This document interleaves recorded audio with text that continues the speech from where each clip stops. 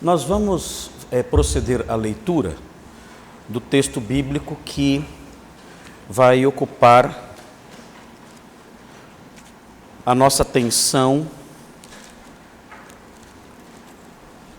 nas próximas pregações. O texto é de Gênesis 28, versículos 10 a 17, uma passagem conhecida, e talvez os irmãos não se lembrem, mas o próprio Senhor Jesus Cristo fez alusão a esse texto que vamos ler agora. Ele não fez uma citação do texto, mas ele fez uma alusão ao texto. E essa alusão que o Senhor Jesus fez ao texto que vamos ler é extremamente importante para a sua compreensão. Mas hoje nós não vamos falar sobre essa alusão. Hoje nós não vamos falar nada sobre isso, porque hoje vamos observar aqui alguns aspectos introdutórios. Então, por causa disso, na verdade, não entraremos diretamente no texto, mas vamos abordar esses aspectos mais introdutórios. E esses aspectos introdutórios são aspectos relacionados a um alerta que devemos nutrir, manter aceso em nosso coração em face dos perigos que nos cercam nos dias atuais. Nós vamos fazer então a leitura de Gênesis 28, 10 a 17. Esse texto vai dar ensejo a esse alerta que eu quero dar hoje, e na semana que vem vamos fazer o comentário dessa passagem, tentando entendê-la, entender o seu lugar em Gênesis e a sua relevância teológica, doutrinária e vivencial. Gênesis 28, versículos 10 a 17, diz assim: Partiu Jacó de Berseba e seguiu para Harã. Tendo chegado a certo lugar, ali passou a noite, pois já era sol posto. Tomou uma das pedras do lugar, fê-la seu travesseiro e se deitou ali mesmo para dormir. E sonhou. Eis posta na terra uma escada, cujo topo atingia o céu, e os anjos de Deus subiam e desciam por ela. Perto dele estava o Senhor e lhe disse: Eu sou o Senhor, Deus de Abraão teu pai, e Deus de Isaque. A terra em que agora estás deitado, eu te darei, a ti e à tua descendência. A tua descendência será como o pó da terra. Estender-te-ás para o ocidente e para o oriente, para o norte e para o sul. Em ti e na tua descendência serão abençoadas todas as famílias da terra. Eis que eu estou contigo e te guardarei por onde quer que fores, e te farei voltar a esta terra, porque te não desampararei, até cumprir eu aquilo que te hei referido. Despertado Jacó do seu sono, disse: Na verdade o Senhor está neste lugar, e eu não sabia. E temendo, disse: Quão temível é este lugar! É a casa de Deus, a porta dos céus. Irmãos, a Bíblia diz, nós aprendemos na Epístola aos Hebreus, nós aprendemos uma lição muito importante acerca da teologia da revelação. Existe um item numa matéria teológica denominada teologia sistemática. É uma forma de estudar a teologia, como o próprio nome diz, de maneira sistemática. E um dos ramos da teologia sistemática, os teólogos, os professores se debruçam sobre isso, um dos ramos é o ensino bíblico acerca da revelação. E um dos textos mais importantes na composição, na compreensão dessa teologia, a teologia da revelação, é o texto de Hebreus capítulo 1. Vejam o que diz Hebreus capítulo 1, observem os versículos 1 e 2, e os irmãos podem grifar esse texto.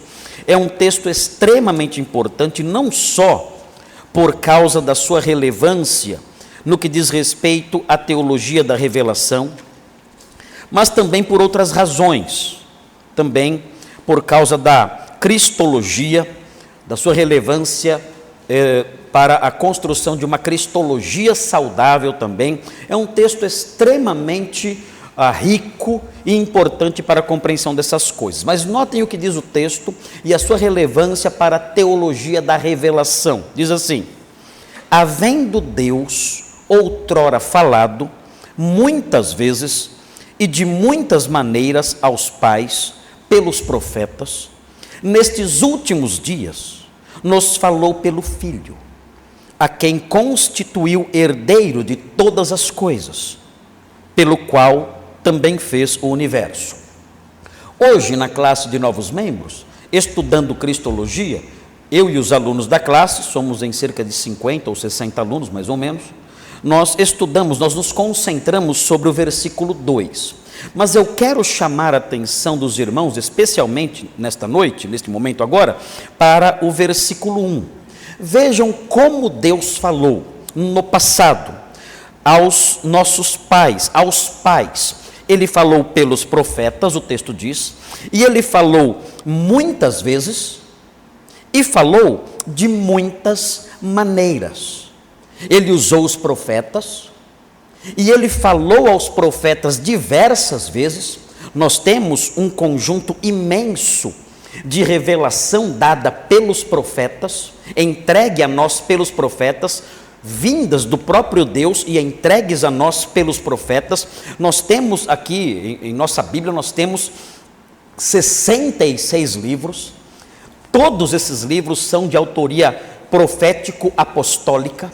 Então nós temos Deus falando muitas vezes. Irmãos que nunca chegaram a ler todas as profecias escritas na Bíblia, porque são muitas, a Bíblia é um livro grande. Muitos irmãos nunca, talvez pelo tempo ainda recente de conversão, nunca conseguiram ler tudo que os profetas escreveram, porque eles falaram muitas vezes. A revelação é imensa, é grande. Nós lemos a Bíblia juntos aqui em nossa igreja. Certa vez nós nos dedicamos à leitura completa da Bíblia aqui na igreja, e nós levamos 7 anos e meio lendo um capítulo da Bíblia por culto, e levamos 7 anos e meio para ler a Bíblia inteira aqui na igreja. Agora estamos na segunda leitura da Bíblia toda, já estamos em 2 Samuel, e estamos caminhando, porque é um livro grande.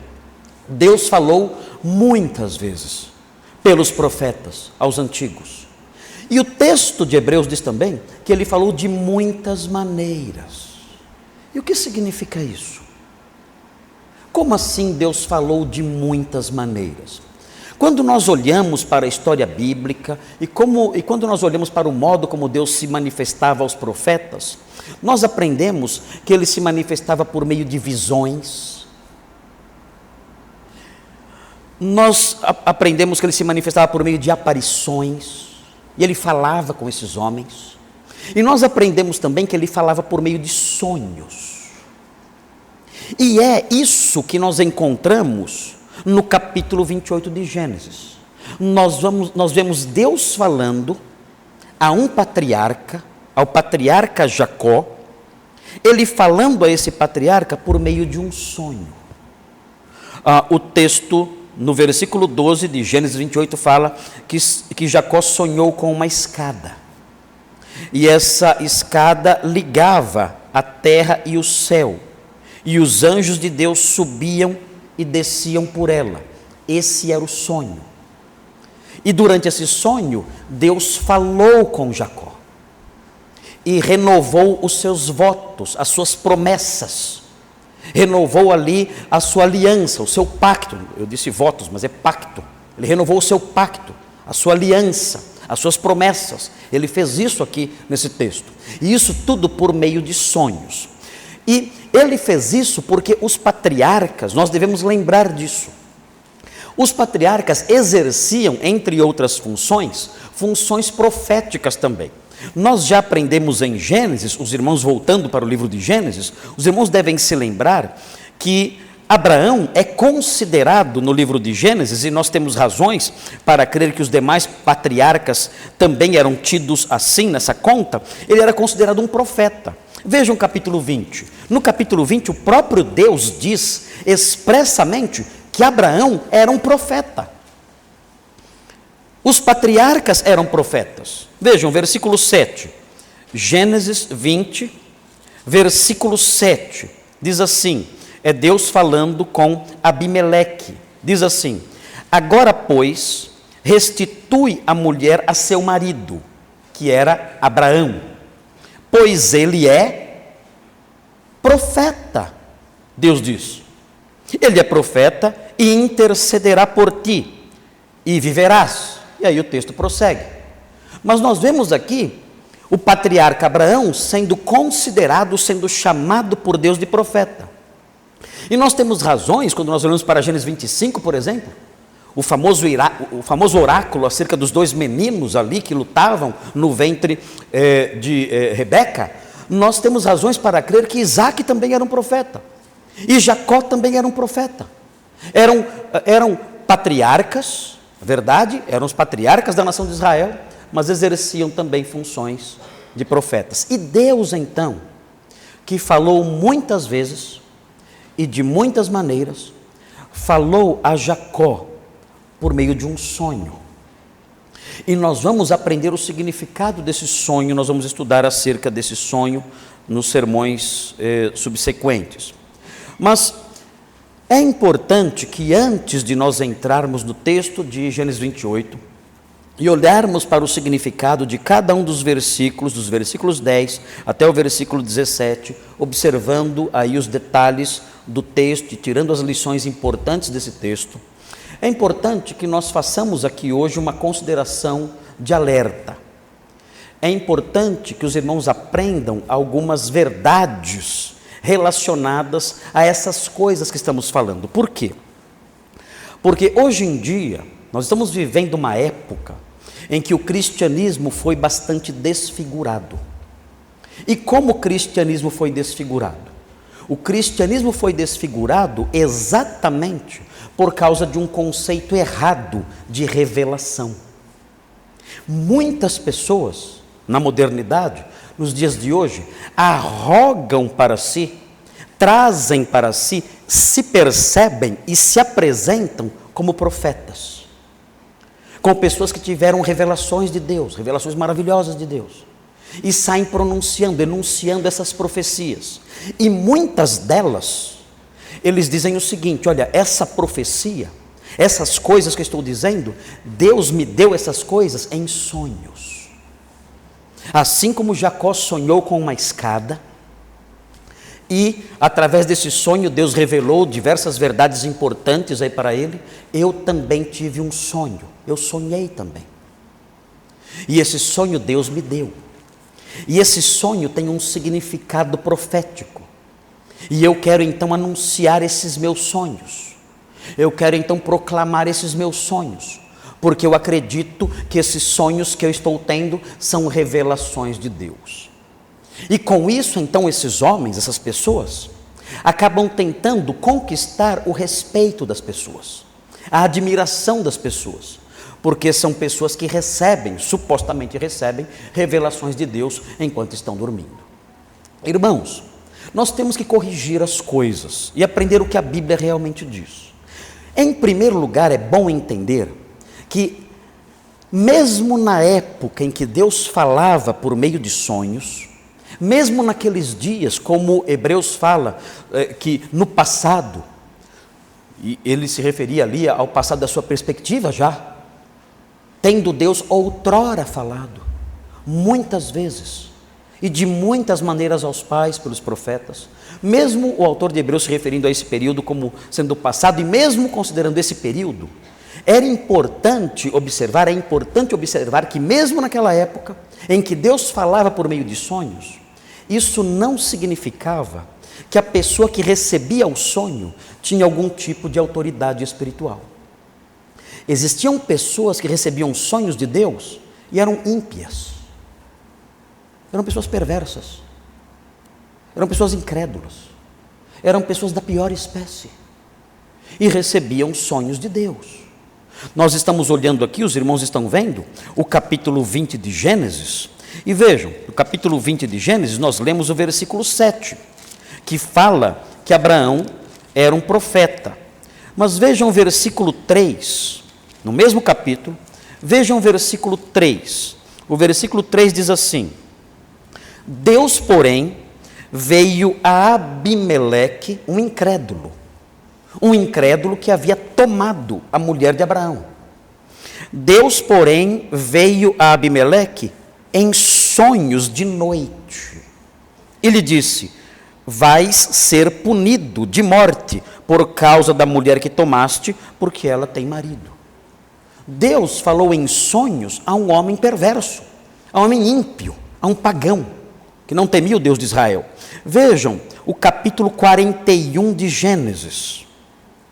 Vejam Deus falando em sonhos a um homem ímpio, mais uma vez, e há vários exemplos disso. Eu estou olhando aqui exemplos em Gênesis, mas há também exemplos em outros lugares. Veja Gênesis 41. Observem o primeiro versículo. Vejam quem está sonhando aqui. Sonho de Deus. Deus dando um sonho para ele. Veja o que diz o texto. Passados 2 anos completos, Gênesis 41. Faraó teve um sonho. Um idólatra. Um homem que adorava diversas deidades falsas. Ele teve um sonho. E o texto prossegue. Parecia-lhe achar-se ele de pé junto ao Nilo. Do rio subiam 7 vacas formosas à vista, e gordas, e pastavam no carriçal. Após elas subiam do rio outras 7 vacas, feias à vista e magras, e pararam junto às primeiras, na margem do rio. As vacas feias à vista e magras comiam as 7 formosas à vista e gordas. Então acordou o Faraó. Teve um sonho. E nós veremos nos versículos seguintes quem deu esse sonho para ele. Mas um outro sonho veio depois. Ele dormiu, teve esse sonho estranho de vacas magras devorando vacas gordas. Ele acordou assustado, intrigado e voltou a dormir. E sonhou de novo. E vejam, tornando a dormir, sonhou outra vez, versículo 5. De uma só haste saíam 7 espigas cheias e boas. E após elas nasciam 7 espigas mirradas, crestadas do vento oriental. As espigas mirradas devoravam as 7 espigas grandes e cheias. Então acordou o Faraó. Fora isto um sonho. Um sonho estranho. Espigas comendo outras espigas. É um sonho curioso, ele ficou muito perturbado. O texto diz, no versículo 8, que ele ficou bastante perturbado. O texto diz no 8, de manhã, achando-se ele de espírito perturbado, mandou chamar todos os magos do Egito e todos os seus sábios, e lhes contou os sonhos, mas ninguém havia que lhos interpretasse. Nós aprendemos, quando olhamos para o versículo 25, que José, famoso José do Egito, interpretou o sonho. Mas vejam o que José diz no versículo 25, acerca da fonte desse sonho. Ele diz, então lhe respondeu José, o sonho de Faraó é apenas um, o sonho das vacas e das espigas, é um sonho só. Deus manifestou a Faraó o que há de fazer.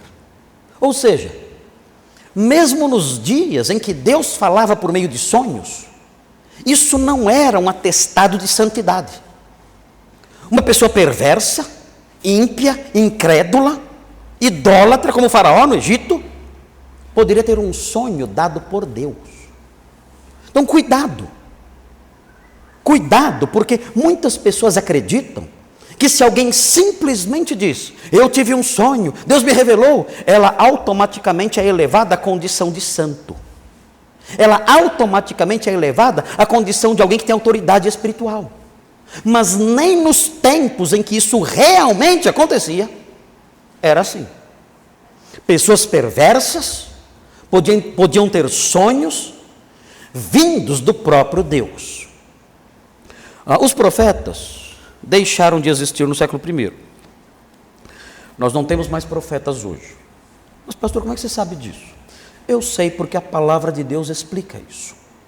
A palavra de Deus diz em Efésios, vejam o que diz Efésios, no capítulo 2. Estejam atentos para essas coisas. Nós aprendemos um pouquinho disso ontem, no dia da alegria. Eu mencionei bem depressa o texto de Efésios 2. Vejam os versículos 19 e 20. Prestem atenção nos detalhes desse texto. Nós não podemos ler a Bíblia correndo, passando os olhos por cima dela. Correndo os olhos por cima do texto. Não. Nós temos que ler a Bíblia observando os seus detalhes, as implicações teológicas de cada sentença, os desdobramentos doutrinários de cada frase. É a palavra de Deus falando, nos ensinando. Nós não podemos olhar para ela apenas superficialmente e seguir em frente. Não, nós temos que arrancar dela, por assim dizer, extrair dela, por assim dizer, dos seus enunciados, as verdades que o Espírito Santo quer nos transmitir.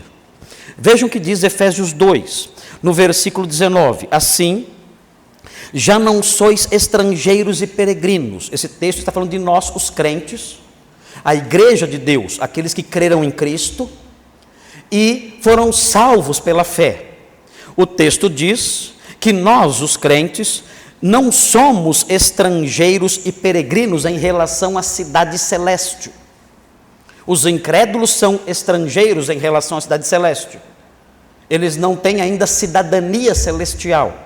Mas nós que somos crentes, que estamos em Cristo, nós estamos debaixo do cetro do rei dessa cidade, do santo governante desta cidade.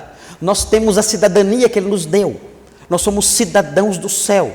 Nós não somos estrangeiros em relação ao céu. Não somos peregrinos em relação ao céu, não. Nós somos cidadãos. Temos a naturalização divina. E o texto prossegue. Não sois estrangeiros e peregrinos, mas concidadãos dos santos, e sois da família de Deus. Esta aqui é uma descrição da igreja de Cristo. Nem todos os homens que pertencem aí, nem toda a humanidade, se encaixa nisso aqui. Nem todos são pessoas que podem ser consideradas concidadãos dos santos e da família de Deus, não. Somente aqueles que creem em Cristo podem ser chamados assim. Podem ser considerados concidadãos dos santos e membros da família de Deus. Porque Cristo, quando alguém crê em Cristo, essa pessoa é inserida em sua família, é mergulhada no corpo de Cristo, se torna cidadão celeste. Sem isso, a pessoa permanece um estrangeiro, um estranho em relação à cidade celeste, à cidade de Deus.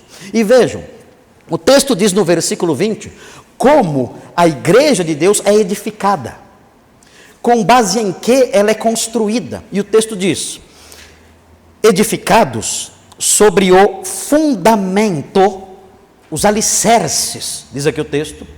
A igreja é edificada sobre os alicerces. Que alicerces? O texto diz, ela é edificada sobre os alicerces, os fundamentos dos apóstolos e profetas, sendo Ele mesmo, Cristo Jesus, a pedra angular. Aqui, a igreja é comparada a um edifício. E esse edifício, ele está sendo construído. O texto está dizendo que a igreja de Deus é como um edifício que está sendo edificado aos poucos. O apóstolo Paulo fala aos coríntios que os mestres da igreja, os pastores da igreja, os professores da igreja, são pessoas que edificam sobre o fundamento que ele, apóstolo, lançou. Ele fala, ninguém pode, os mestres, os pastores, não podem edificar sobre outro fundamento e nem lançar outro fundamento além do que já foi posto. Ele diz, eu lancei o fundamento e outro edifica sobre ele, mas ninguém pode mexer nesses fundamentos, ninguém pode remover esses fundamentos, ninguém pode colocar outro fundamento além destes que eu coloquei, que nós apóstolos colocamos, ele diz. E nós apenas então, os pastores então, vão edificando a igreja sobre os fundamentos lançados pelos apóstolos e profetas. E que fundamentos são esses? São a herança doutrinária desses homens. Esses homens deixaram sua herança doutrinária, seus ensinos, seus escritos. E nós então pegamos esses ensinos, esses escritos e os consideramos a base de tudo que falamos e ensinamos. Nós não podemos ensinar coisas fora desse alicerce. Nós não podemos ensinar coisas que estejam fora desta base, desses fundamentos. Se nós ensinarmos coisas que estejam fora dessas bases, desses fundamentos, construiremos outro edifício, mas não o edifício de Deus, não a casa de Deus. E o apóstolo Paulo fala: quem lançou os alicerces para que vocês, mestres, pudessem construir e edificar a igreja sobre ele, foram os apóstolos e profetas. Qual foi então a função principal dos apóstolos e profetas? Os apóstolos e profetas existiram para lançar as bases sobre as quais a igreja seria edificada. Eles pertenceram à época em que os alicerces estavam sendo lançados. Comparando isso às fases de uma construção, nós podemos dizer que os apóstolos e profetas pertenceram ao período inaugural, ao período inicial, e eles então lançaram ali os alicerces para a igreja ser construída, os alicerces doutrinários, os alicerces éticos, os alicerces organizacionais, os alicerces estruturais, como a igreja deveria funcionar, como deveria ser estruturada, o que ela deveria proclamar, quais seriam seus objetivos. Esses alicerces todos foram lançados por Deus usando os apóstolos e profetas. Os apóstolos e profetas, portanto, eles pertenceram a esse período, o período dos alicerces. E lançaram esses alicerces. E então, a sua época passou. Se nós dissermos que existem apóstolos e profetas hoje, nós estaremos dizendo automaticamente que estamos na época dos alicerces, que os alicerces não estão prontos e ainda estão sendo construídos, ou seja, a palavra de Deus não está completa. Há homens que ainda estão produzindo coisas novas, mais alicerces, mais fundamentos. Temos que observar esses homens, porque temos que construir sobre o que eles disserem. Já imaginaram isso? Se nós dissermos, eu creio na existência de apóstolos e profetas hoje, estamos dizendo automaticamente, eu creio que estamos na fase do lançamento dos fundamentos. Os fundamentos não estão prontos. Temos que esperar que esses fundamentos fiquem prontos para podermos então construir a igreja sobre eles. E o que esses homens disserem devem servir de base, assim como os demais escritos bíblicos devem servir de base para tudo que fizermos, para tudo que pensarmos, para tudo que ensinarmos. Isso é sério. Nós estamos falando aqui de alguém que simplesmente se levanta e fala: tem alguém aqui com dor de cabeça? Nós estamos falando disso. Ser profeta não é isso. Isso é ser um adivinho qualquer, sei lá o quê. Ser profeta na Bíblia é ser alguém dotado de autoridade divina para lançar alicerces doutrinários. É isso. E então, quando nós olhamos para a palavra de Deus e vemos o apóstolo Paulo dizendo que esses alicerces foram lançados e que o edifício já está sendo construído, então nós dizemos: então, os profetas e apóstolos ficaram para trás. Hoje o que nós temos? Hoje temos pastores e mestres que edificam sobre esses alicerces já terminados lá atrás. Cuidado. Cuidado com os profetas de hoje. Cuidado, porque eles não sabem o que é um profeta. E além de não saberem o que é um profeta, enunciam profecias mentirosas que podem destruir a sua vida, como nós veremos hoje ainda aqui. Todos os profetas, portanto, que você conhece hoje, todos os apóstolos e profetas que você conhece hoje, são falsos. Todos. Ou eles estão enganando, ou eles foram enganados. Pode ser que alguém, na sua ingenuidade, acredite ser um profeta. Pode ser. na sua ingenuidade, tendo aprendido coisas erradas, e acredite ser então profeta. Mas se ele diz que é um profeta, ou ele está enganando você, ou ele está sendo enganado por si mesmo. Eu já tive vários sonhos, sonhos misteriosos. Eu me lembro que uma vez eu estava numa praia, meus sonhos, e ali, tranquilo, calmo, e de repente uma grande onda se levantou no mar. Um dia tranquilo, estava sozinho na praia, o que é curioso, porque eu detesto praia. Eu estava lá, só eu na praia, um dia lindo, ensolarado, ali sozinho. Então de repente, e silenciosamente, se levantou no mar uma imensa onda, uma onda gigantesca.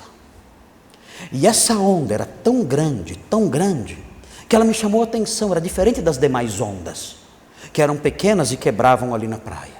Essa onda foi se avolumando, mais e mais. E eu comecei a ver a grandeza dela, 10 metros, 20 metros, 50 metros. E eu comecei a olhar para aquilo, e aquela onda foi crescendo, até que eu não podia mais ver o céu. Não podia ver o céu. Eu olhava para o céu e aquela onda tomando conta de tudo. E eu então me virei de bruços, e eu me agarrei na areia. Não tinha onde eu me agarrar. Falei, essa onda vai quebrar, e quando ela quebrar eu serei levado para o oceano. E eu me agarrei ali, e fiquei agarrado na areia. Vejam que tolice, eu não tinha onde me agarrar, o desespero ali. E aquela onda quebrou. E quando ela quebrou, ela bateu em mim, e nada aconteceu. Ela foi embora. Sabe o que significa isso?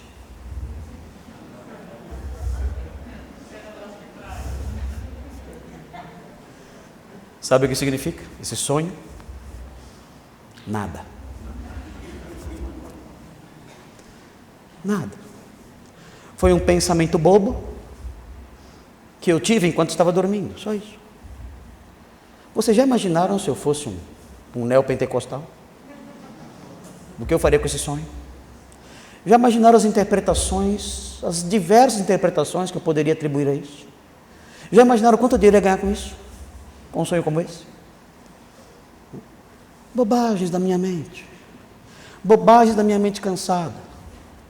Pode ser que eu estivesse sonhando assim porque o pastor Nicolas pediu a Isabela em casamento. Isso apenas. E, meu Deus, né? Que grande tormento agora. E no final não era nada.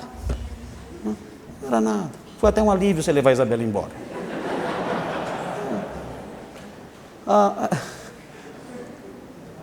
Nós não podemos atribuir significado espiritual a pensamentos vazios que temos enquanto estamos dormindo. Nós não somos profetas. Nós não somos instrumentos de Deus como aqueles homens do passado. Deus não está lançando os alicerces da sã doutrina mais. Isso já aconteceu, ficou para trás. Nós estamos numa outra fase do edifício de Deus, sendo edificados sobre aqueles fundamentos dados em sonhos, em visões, é verdade. Mas essa fase passou, ficou para trás. Não acredite nessas coisas. Não acredite nessas bobagens, nesses sonhos todos. Os sonhos agora são apenas e unicamente pensamentos amalucados que nós temos enquanto estamos dormindo. Nós não temos controle sobre nossos pensamentos quando estamos dormindo. Deus nos deu a capacidade de controlar nossos pensamentos enquanto estamos acordados. É uma responsabilidade que temos. Todos os pensamentos que temos quando estamos acordados, nós somos responsáveis por eles.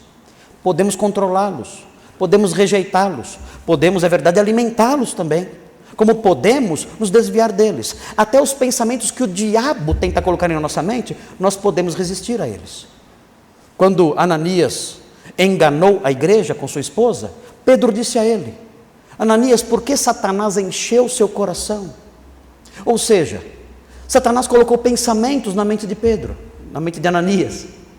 Satanás colocou pensamentos na mente de Ananias, e era a responsabilidade dele dizer: eu não quero nutrir esses pensamentos, eu quero rejeitar esses pensamentos. e não vou nutri-los, e vou abandoná-los. Nós temos esse poder, temos condições mentais de rejeitar qualquer pensamento, até pensamentos que o diabo tenta colocar em nossa mente. Somos responsáveis pelo que pensamos, mas quando estamos dormindo, nós não temos esse controle. Esses pensamentos nos vêm. Não temos capacidade de controlá-los. Estamos dormindo, não estamos no controle da situação. Mas as coisas vêm. Elas não significam absolutamente nada. Nós devemos, portanto, tomar cuidado com os sonhadores. Pessoas que olham para textos que falam sobre sonhos e se animam a ter sonhos também e a contar seus sonhos. Temos que fugir dessas pessoas porque elas podem nos induzir a erros terríveis. Quando alguém aparecer para você dizendo que é um profeta, você pode aplicar a essa pessoa 3 testes. Há uma provinha tríplice que você pode aplicar a essa pessoa. O primeiro teste do profeta falso, para detectar o profeta falso, você encontra em Deuteronômio 18. Nós temos vários irmãos em nossa igreja que estão vindo aqui procedentes de igrejas cuja liderança tinha profetas. Nós temos aqui um teste para o profeta, um teste antigo, enunciado na época de Moisés, pelo próprio Moisés, inspirado por Deus, movido por Deus. Deuteronômio 18, versículos 20 a 22. Vejam o texto, grife o texto, veja o que diz. Deuteronômio 18, 20. Porém o profeta que presumir de falar alguma coisa em meu nome, que eu lhe não mandei falar, ou que falar em nome de outros deuses, esse profeta será morto. Se disseres no teu coração, e aqui vem a pergunta importante para nós, como conhecerei a palavra que o Senhor não falou? Sabe que quando esse profeta falar em nome do Senhor, e a palavra dele se não cumprir, nem suceder como profetizou, esta é palavra que o Senhor não disse. Vejam, é simples, é fácil. Se ele profetizou algo, e esse algo não aconteceu, o texto diz, com soberba o falou o tal profeta, não tenhas temor dele. Os falsos profetas tentam incutir medo em nós, mas a Bíblia ensina, a Bíblia diz, se alguém se apresentar como profeta e enunciar ali alguma predição, é muito simples detectar se ele é um profeta verdadeiro ou não. É só observar se aquela predição se cumpriu. Se não se cumpriu, aquele homem falou mentiras. É interessante, neste ano, eu acompanhei na internet, nas redes sociais, um profeta, entre aspas, que disse que haveria, em março deste ano que passou agora, não sei se os irmãos viram essa falsa profecia, um profeta de uma igreja, eu não sei o nome, ele disse que em março, para os fins de março, meados de março, para os fins de março, haveria uma grande mortandade numa noite específica. Ele deu a data específica de março, a madrugada de uma noite específica, a madrugada de um dia específico em março. E ele disse que naquela madrugada haveria uma grande mortandade. Eu assisti o videozinho dele anunciando a profecia. E ele disse que as pessoas cairiam mortas nas ruas.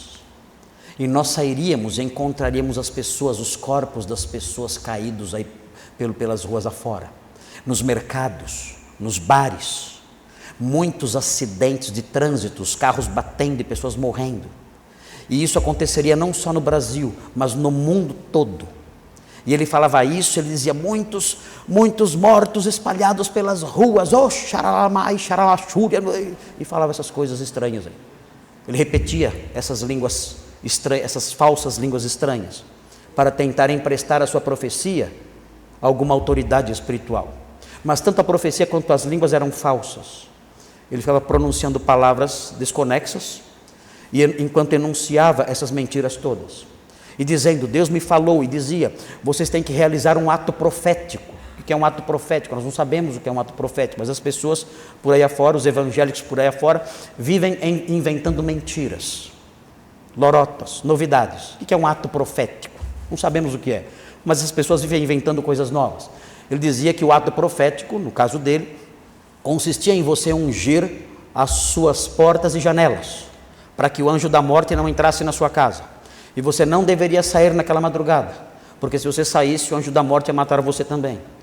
E no outro dia, quando saíssemos à rua, mais uma vez, veríamos pessoas mortas nos mercados, pessoas mortas nas ruas, pessoas mortas nos bares, muitos acidentes no Brasil e em todo o mundo. E todo o povo evangélico, então, aguardou aquele dia. E aquele dia chegou. Março agora. E veio a madrugada da morte. A madrugada sangrenta chegou. E sabe o que aconteceu? Nada. O que fazer com esse homem? Como podemos definir esse homem? Esse homem é simplesmente um ministro do diabo, que quis conquistar o respeito das pessoas, que quis incutir medo nas pessoas para controlá-las, enunciando as suas profecias falsas, as suas ameaças falsas e as suas línguas estranhas falsas. E é muito simples detectar esses homens. Como? Basta ver se o que eles profetizaram aconteceu ou não. Mas, muitas vezes, o problema é mais complexo. E quando a pessoa falar e acontecer? E agora? Aí então, automaticamente, o profeta é verdadeiro, certo? Não. Como não? Não. Moisés na lei, em Deuteronômio também, ele prevê essa situação no capítulo 13. Vejam com atenção isso.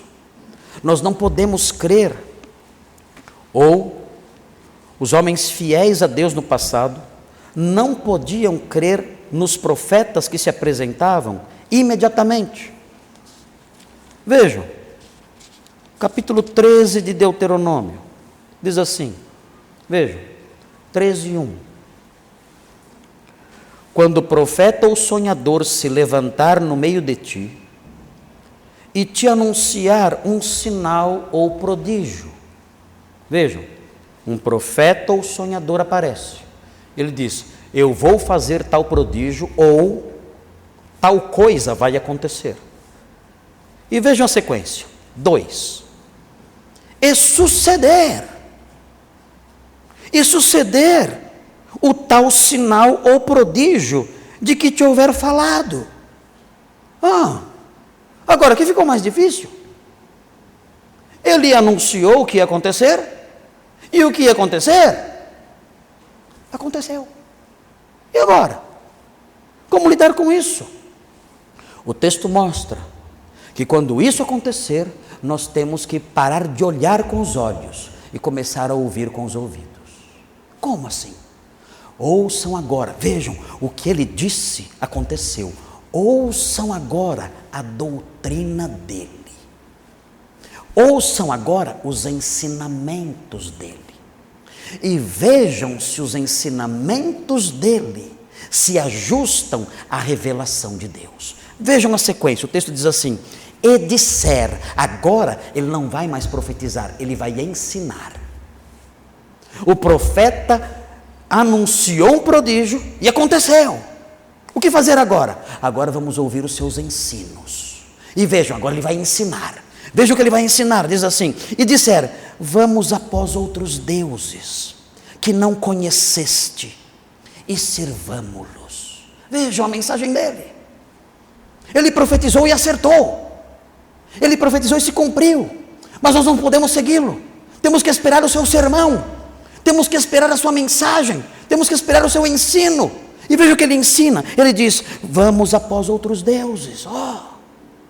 Nós temos que parar aqui. Mas isso não está se harmonizando com o ensino da palavra de Deus.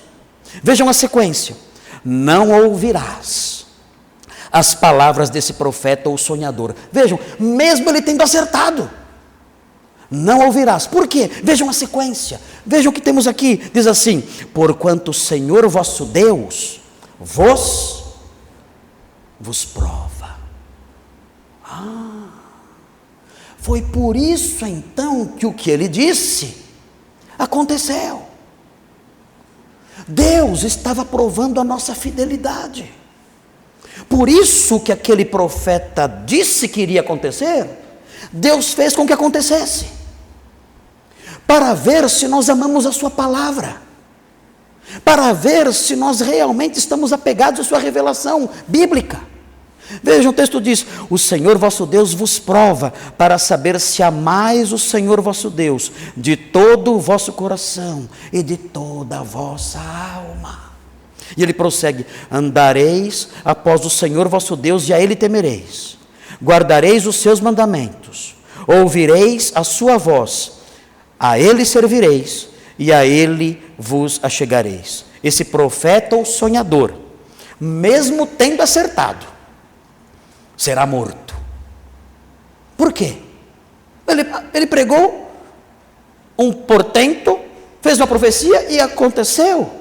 Ele será morto porque pregou rebeldia contra o Senhor vosso Deus, que vos tirou da terra do Egito e vos resgatou da casa da servidão. Como então avaliamos esses casos? Alguém pode dizer: mas eu conheço um profeta que falou e deu certo. O Senhor está provando você. Ouça a mensagem desse homem. Se o que esse homem prega não se harmoniza com o que Deus revelou em sua palavra, o Senhor está provando você, usando um falso profeta para descobrir, entre aspas, se você realmente o ama, para provar você, para saber se você o ama de todo o seu coração. Faça esse teste. Primeiro, se ele falar e não acertar, é fácil. Se ele falar e acertar, ouça os sermões dele e veja se o que ele ensina realmente é o que a palavra de Deus diz. Se não for, rejeite esse profeta.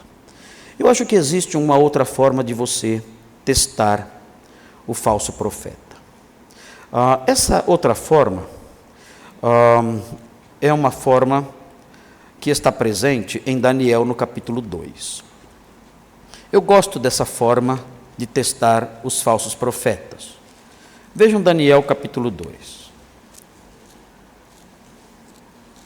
Daniel 2. Veja como esse rei é o rei Nabucodonosor. Vejam como ele testou se os seus profetas eram realmente profetas. Veja o que ele fez. Veja aí capítulo 2. E se você tem profetas em sua igreja, esse sermão depois não está sendo transmitido, porque as transmissões estão interrompidas. Mas esse sermão será depois publicado na internet.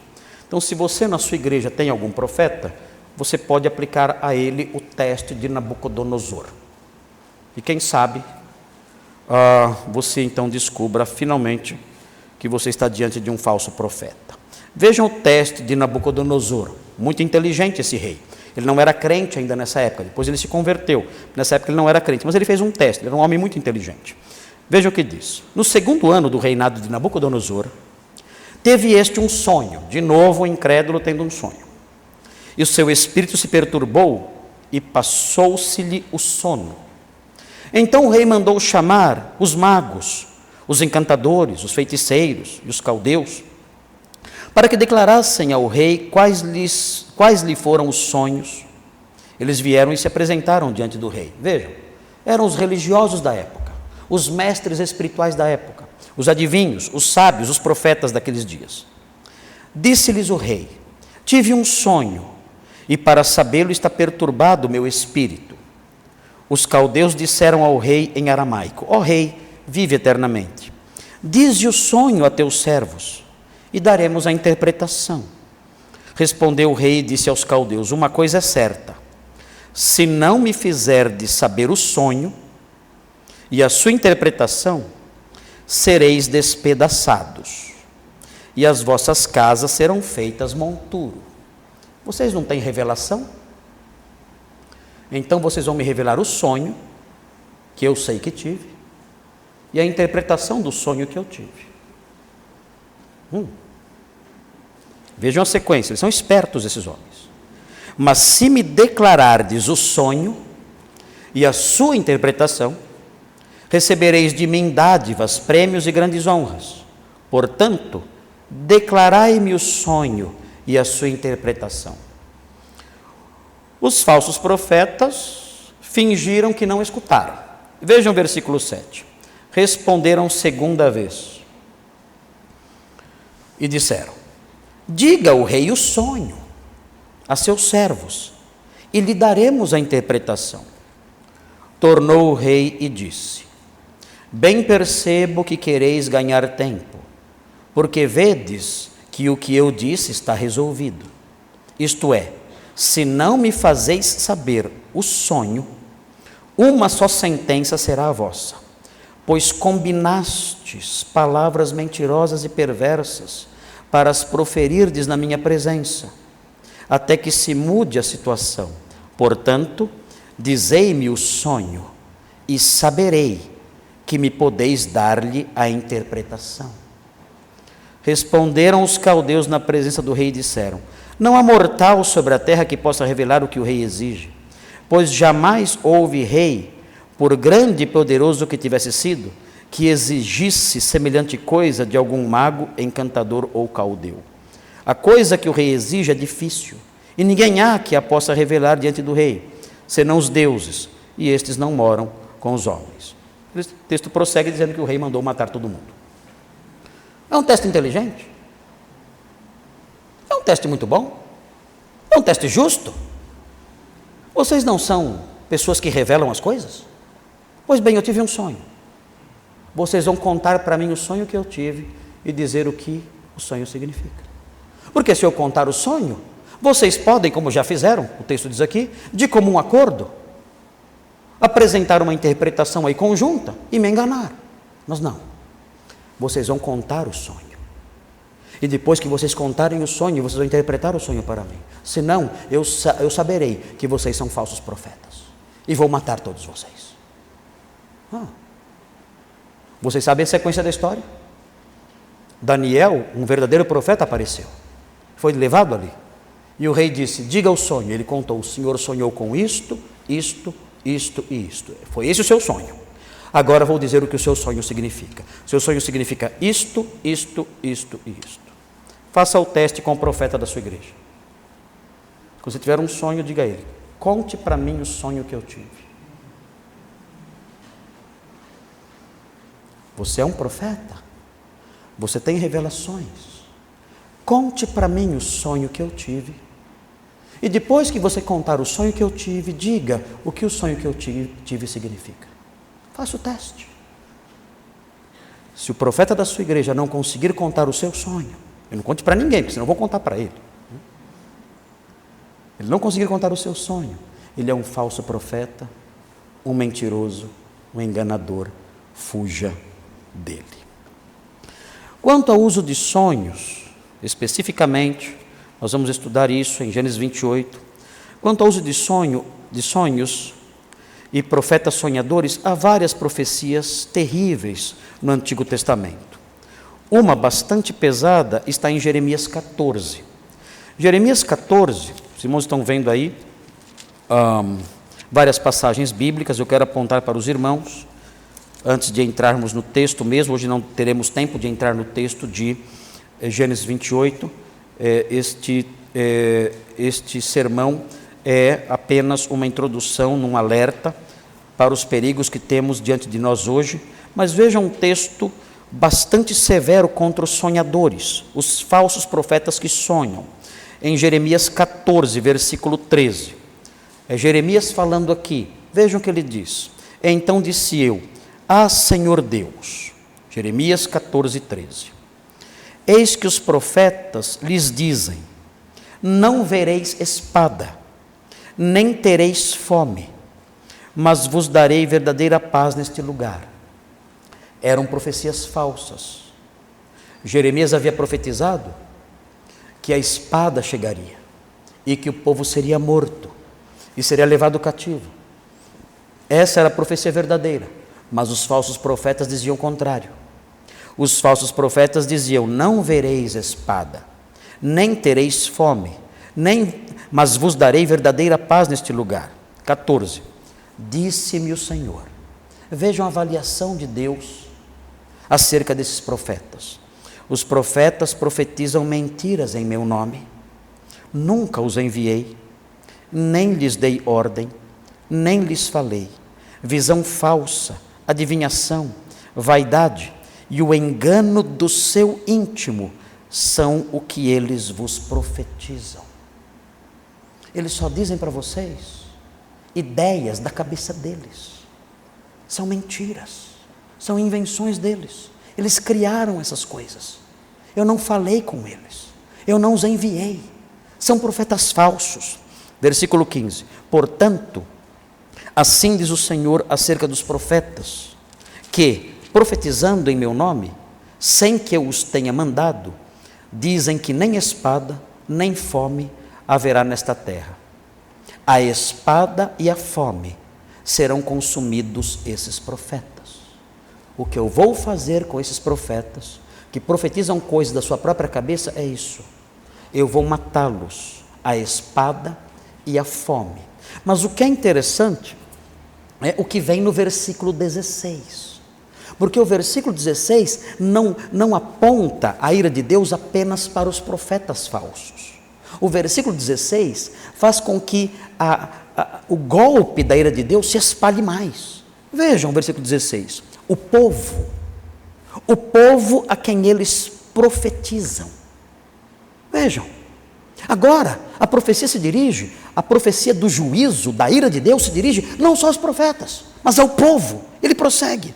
O povo a quem eles profetizam será lançado nas ruas de Jerusalém por causa da fome e da espada. Não haverá quem o sepulte, a ele, as suas mulheres, a seus filhos e as suas filhas, porque derramarei sobre eles, os homens do povo, as pessoas do povo, derramarei sobre eles a sua maldade. Qual era a maldade deles? Eles ouviram profetas falsos. De modo que a fúria de Deus, num texto como esse nós aprendemos acerca do modo como Deus age. Deus age na administração do seu juízo. Ele pune o falso profeta, um dia fará isso, e ele punirá os que ouvem os falsos profetas. Isso é terrível, isso é assustador. Temos que ser cautelosos, porque a palavra de Deus diz que ouvir falsos profetas é maldade. É maldade. É rejeitar a verdade em troca da mentira. É abraçar a mentira e chutar fora a verdade, querendo ouvir coisas agradáveis, querendo ouvir coisas que fazem bem para o coração, e rejeitando com isso a palavra de Deus, que muitas vezes não nos agrada. E o Senhor então diz: eu um dia destruirei esses profetas falsos que profetizam coisas que vocês querem ouvir, mas eu não destruirei somente eles, eu destruirei todos que os ouvem também, porque desprezaram as minhas palavras, a fim de darem ouvidos a coisas que gostavam de ouvir. Mas, ainda em Jeremias, as lições mais importantes sobre os sonhadores estão no capítulo 23. E olhando para esse trechinho da Sagrada Escritura, nós vamos encerrar. Vejam Jeremias 23. Fiquem atentos a essas verdades que emanam daqui. Jeremias 23, versículo 23. Há várias lições importantes aqui sobre os sonhadores. Vejam, Jeremias 23, versículo 23. Diz assim: acaso sou Deus apenas de perto? Diz o Senhor, e não também de longe? Ele está dizendo que não é, que Ele é, o Senhor, Deus, não é uma deidade local. Naqueles dias, os deuses atuavam em territórios específicos. Era a superstição da época. Os deuses atuavam em territórios específicos. E ali então eles exerciam sua soberania. Deus está dizendo: eu não sou uma divindade local. Eu domino tudo. Eu estou presente em toda parte. Eu sou o Senhor de tudo, ele está dizendo aqui. Ele prossegue: acaso sou Deus apenas de perto, diz o Senhor, e não também de longe? Ocultar-se-ia alguém em esconderijos, de modo que eu não veja, diz o Senhor. Porventura não encho eu os céus e a terra, diz o Senhor. Está dizendo: eu sou um Deus soberano, eu vejo tudo. E ele vai dizer algo que ele vê aqui agora. E o que ele vê agora aqui não agrada. Vejam o que ele vê e ouve. Diz assim, versículo 25: tenho ouvido o que dizem aqueles profetas, proclamando mentiras em meu nome. Proclamando mentiras em meu nome, dizendo: sonhei, sonhei. Nós temos profetas assim hoje. Isso é terrível. O texto diz que esses sonhadores proclamam mentiras. E pior, proclamar mentira é algo terrível, mas eles fazem pior. Eles proclamam mentiras em nome de Deus. Eles tornam Deus o cúmplice de suas mentiras. Vejam o versículo 26. Até quando sucederá isso no coração dos profetas, que proclamam mentiras, que proclamam só o engano do próprio coração?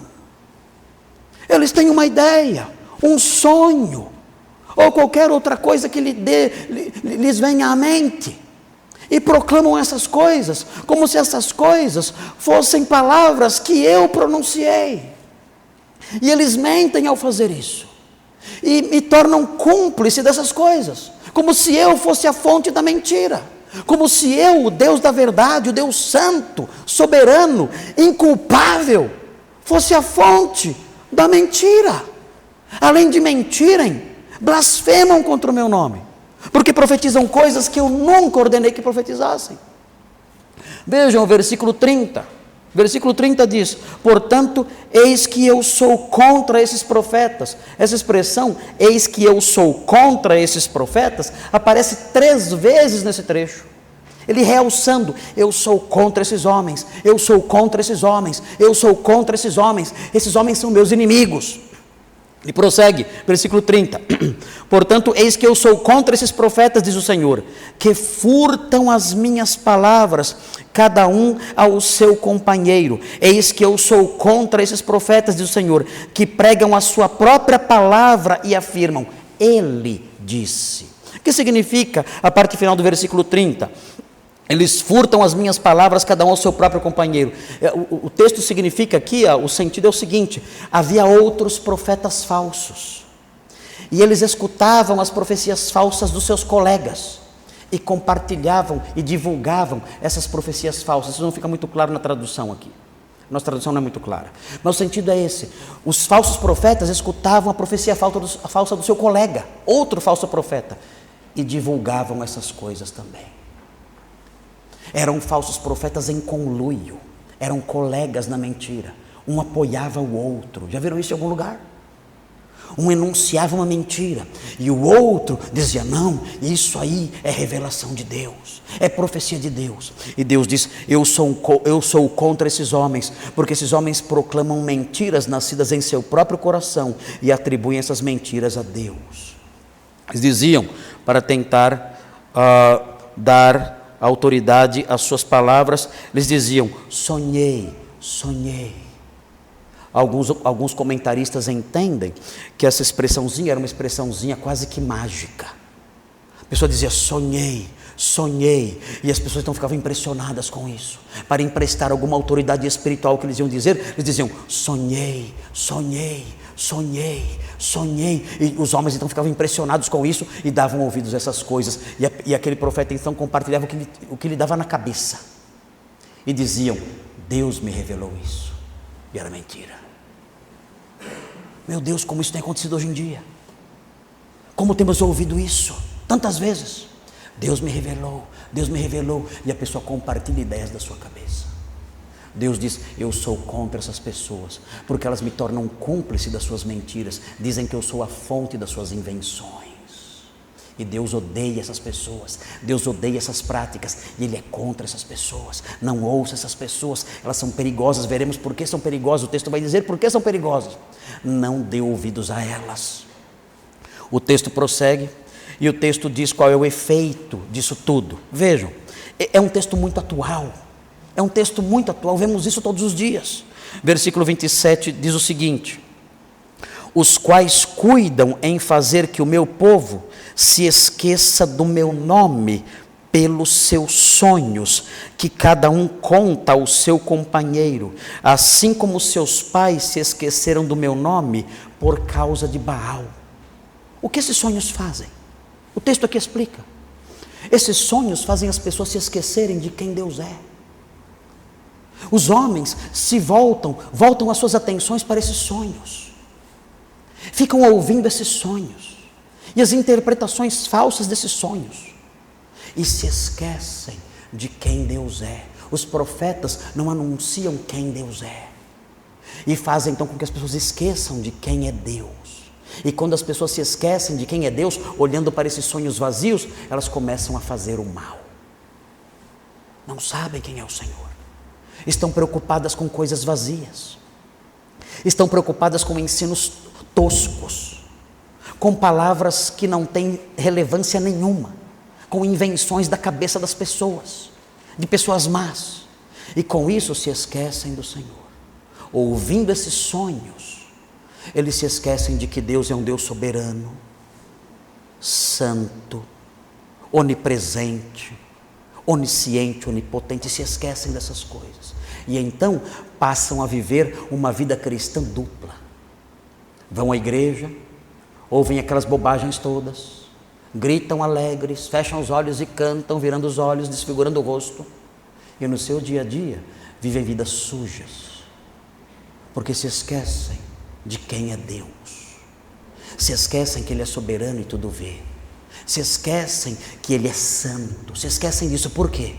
Porque o espaço reservado para isso em sua mente está preenchido com sonhos vazios, com palavras vazias, que não significam nada. E então essas pessoas, esquecendo-se de Deus, pensando nesses sonhos, instruídas em sonhos, são levadas ao erro, ao comportamento errado. Nós aprendemos também que essas coisas não alimentam ninguém. Vejam o versículo 28, diz assim: o profeta que tem sonho, conte-o como apenas sonho. Claro, conte-o como apenas sonho.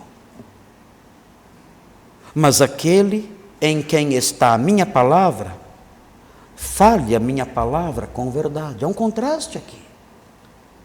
O profeta que tem um sonho, conte o seu sonho se quiser, mas é apenas um sonho. Aquele que tem a minha palavra, proclame a minha palavra com verdade. E vejam a figura que vem agora: que tem a palha com o trigo, diz o Senhor. Não é a minha palavra fogo, diz o Senhor, e martelo que esmiuça a penha?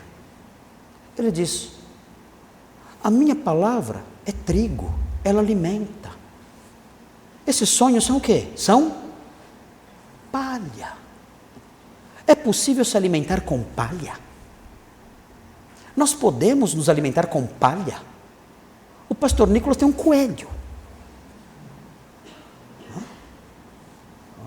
Violento aquele coelho, para proteger a sua casa. Tem um coelho feroz ali que protege um coelho de guarda. Ele come palha. É um coelhinho que come palha. Tudo bem, o coelho pode comer palha, mas o nosso coração não pode se alimentar disso. O nosso coração não pode se alimentar de palha. Nós precisamos de trigo. E o Senhor diz: essas coisas são palha. O que tem a ver a palha com o trigo? O que nós precisamos é de trigo, de alimento real, de alimento verdadeiro, e não de palha. Ele diz. E as pessoas hoje em dia, ouvindo esses sonhadores, estão se alimentando com e se alimentando com palha, vão se enfraquecendo, minguando espiritualmente e se esquecendo de quem Deus é, sem receber instrução da sua palavra, instrução sólida, esquecendo-se de quem Deus é, nutrindo em seus pensamentos palhas, invenções, bobagens, coisas vazias e não sendo alimentadas, e vão definhando e se esquecendo da verdade e se afastando do bem e praticando o mal. É por isso que o meio evangélico tem tantos escândalos, tantos comportamentos vergonhosos, sujos, tantas coisas erradas, assustadoras. Por quê?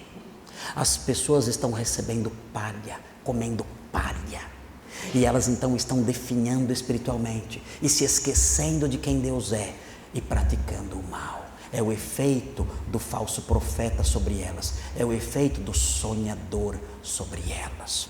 Veja a sequência, nós já vimos o versículo 30, o 31, vejam o 32, diz assim: eis que eu sou contra os que profetizam sonhos mentirosos, diz o Senhor, e os contam, e com as suas mentiras e leviandades, coisas vãs, coisas vazias, fazem errar o meu povo.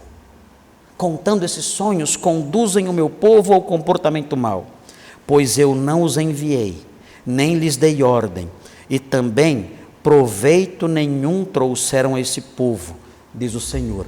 Esse versículo mostra o valor desses homens. Qual é o valor desses homens? Qual é o valor do ministério deles? Zero. Sabe esses sonhadores que vocês veem por aí? Lembram-se desses profetas que vocês veem por aí profetizando e assim, Deus me falou, Deus me revelou? Sabe o que eles valem? Nada. Sabem o que vale o ministério deles? Nada. Eles são absolutamente, diz o texto, inúteis. São absolutamente inúteis. Nós não precisamos deles. Pelo contrário, temos que fugir deles. Porque se nós os ouvirmos, nós nos esqueceremos da palavra de Deus. Seremos alimentados com palha e praticaremos o mal.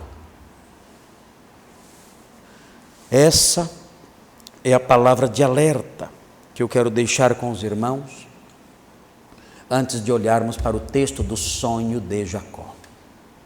Fiquem atentos para essas coisas.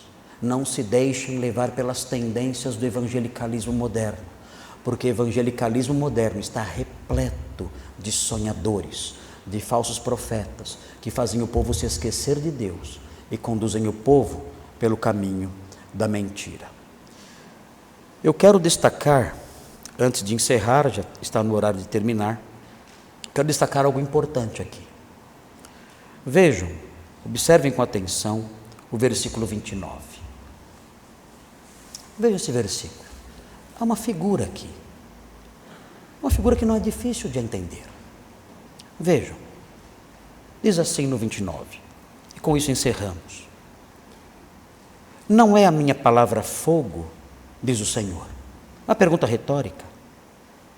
Não é a minha palavra fogo, diz o Senhor, e martelo que esmiuça a penha?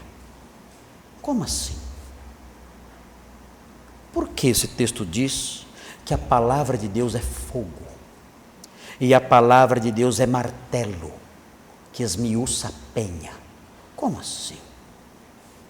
Como nós podemos entender essa figura de linguagem? É a figura de linguagem. Há uma comparação aqui, comparando a palavra de Deus a dois elementos, ao fogo e ao martelo. Por que podemos dizer que a palavra de Deus é fogo? Por que podemos dizer que a palavra de Deus é martelo? O texto em si, este texto em si, não dá explicação disso. Não dá. A nossa tendência, parece ser uma tendência correta, é dizer o seguinte: a palavra de Deus é fogo, porque ela purifica o coração, assim como o fogo purifica todas as coisas e queima as impurezas do ouro, por exemplo. Então a palavra de Deus é fogo porque ela purifica. E a palavra de Deus é um martelo porque ela quebra corações. A palavra de Deus quebra corações duros. Quando ela é pregada de tal forma que ela purifica as pessoas do erro. E ela é um martelo também, porque quando ela é pregada, ela quebra os corações duros. Ok. Não está errada essa interpretação. Essa interpretação não está errada porque ela se harmoniza realmente a essas figuras. E na Sagrada Escritura, numa compreensão geral do texto sagrado como um todo, nós aprendemos que de fato o fogo é uma figura de purificação. E o quebrar, o esmiuçar, é uma figura de corações quebrantados. Sim, sem problemas. Mas Jeremias, no todo do seu livro, nos dá outras pistas. Jeremias, no todo do seu livro, ele nos ensina outros significados. O que significa a palavra de Deus sendo fogo para Jeremias? O que significa a palavra de Deus sendo martelo para Jeremias? Bem, talvez nós possamos receber alguma ajuda em Jeremias no capítulo 5. Vejam, o capítulo 5. O que é a palavra que é fogo? Jeremias 5. Vejam 5,14. Jeremias 5,14. Vejam. Portanto, assim diz o Senhor, o Deus dos exércitos, visto que proferiram eles tais palavras, aqui, negando o que Jeremias havia profetizado. Eles pronunciaram palavras negando a revelação de Deus. Visto que proferiram eles tais palavras, eis que converterei em fogo as minhas palavras na tua boca, ele diz ao profeta. E a este povo em lenha, e eles serão consumidos. O que é a palavra que é fogo aqui? É a palavra que condena, destrói. Aqui Jeremias não usa o fogo no sentido de purificação. Aqui Jeremias usa o fogo, a palavra sendo fogo, no sentido de punição, de castigo, de juízo de Deus. E o martelo? Será que Jeremias fala do martelo num outro momento? Sim, ele fala. Vejam o capítulo 51. É um martelo que quebranta corações. Vejam de novo ele usando a figura do martelo no capítulo 51. No capítulo 51 ele fala de novo sobre o martelo. Ele usa a figura do martelo mais uma vez. No capítulo 51, versículo 20. Vejam. Jeremias 51, 20. Ele usa o fogo como juízo. E o martelo? Vejam, versículo 20, 51, 20. Tu, Babilônia, eras o meu martelo. Para quebrar corações? Para quebrantar corações e levá-los ao arrependimento? Não. Vejam. Tu, Babilônia, eras o meu martelo e minhas armas de guerra. Por meio de ti, despedacei nações e destruí reis. O martelo sendo figura de juízo. Voltemos para Jeremias 23 e vamos ler agora o que o texto diz de novo. Jeremias 23, novamente. Observemos o versículo 29, de novo, com isso em mente. Não é a minha palavra fogo? E agora? Não é o fogo que purifica. É o fogo que destrói, que pune, que traz juízo, sofrimento. Não é martelo que esmiuça a penha, não é o que quebranta o coração. É o que pune, que destrói, que despedaça. Queridos, isso é muito importante nesta altura. Por quê? Porque a palavra de Deus, quando pregada, ela pode ter dois efeitos. Ela pode ser fogo e martelo para você, em dois sentidos. A palavra de Deus diz que Cristo morreu pelos nossos pecados segundo as Escrituras, esse é o Evangelho. E foi sepultado e ressuscitou ao terceiro dia segundo as Escrituras, esse é o Evangelho. Paulo disse, eu preguei a vocês o Evangelho que eu recebi. E o Evangelho que eu recebi é este, diz Paulo em 1 Coríntios 15, versículos 1 a 4. Cristo morreu pelos nossos pecados segundo as Escrituras. E foi sepultado e ressuscitou ao terceiro dia segundo as Escrituras. Essa é a palavra de Deus, o Evangelho da nossa salvação. E diante disso, a palavra de Deus, consubstanciada nesse Evangelho, pode ser para você fogo e martelo. Como assim? Ela pode ser fogo e martelo para você naquele primeiro sentido que eu mencionei. Ela pode purificar você e quebrar o seu coração e levar você ao arrependimento. Você ouve essa palavra, você ouve que Cristo morreu pelos nossos pecados segundo as Escrituras e que ressuscitou ao terceiro dia segundo as Escrituras. Você crê nesse Salvador, então essa palavra é fogo para você, porque ela purifica você dos seus pecados pela fé. E ela quebranta o seu coração e o leva ao arrependimento recebendo o Salvador. Ela é fogo e martelo, mas se você ouvir essa palavra e rejeitá-la, ela será também para você fogo e martelo, mas no sentido de Jeremias. Ela será juízo contra você, fogo vingador e martelo que despedaça e destrói. E o juízo de Deus virá sobre você que rejeita essa palavra. Que tipo de fogo você quer que ela seja para você?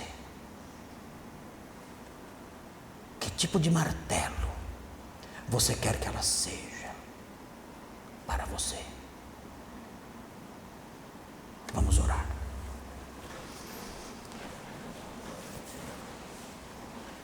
Senhor Deus, obrigado porque a sua palavra nos alerta acerca dos perigos que nos cercam.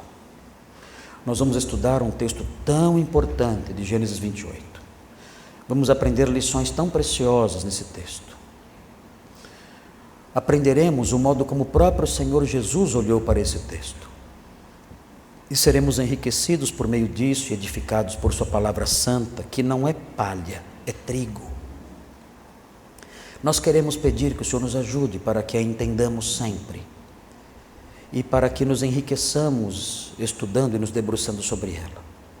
Que não percamos o nosso tempo com a palha, com pensamentos vãos, com invenções de homens maus, que levam as pessoas a esquecer a Deus e a produzir o que é errado. Que nos afastemos disso, mas que nos voltemos apenas para aquilo que é verdadeiro, proveitoso, justo, a sua palavra dada aos apóstolos e profetas no passado. Ajuda-nos nisso e obrigado pelos seus alertas. E abençoa cada um que está aqui e cada pessoa que vai ouvir no futuro esta mensagem. Que todos se lembrem que a sua palavra, inclusive a palavra do seu Evangelho, é fogo e martelo. Pode ser o fogo que purifique, o martelo que quebranta, mas pode ser também o fogo que destrói e consome e o martelo que despedaça. Que cada um diga sim à palavra do seu Evangelho, para que experimente, ó Deus, a palavra como fogo que purifica e como martelo que quebranta o coração. Pedimos essas bênçãos em nome de Jesus. Amém.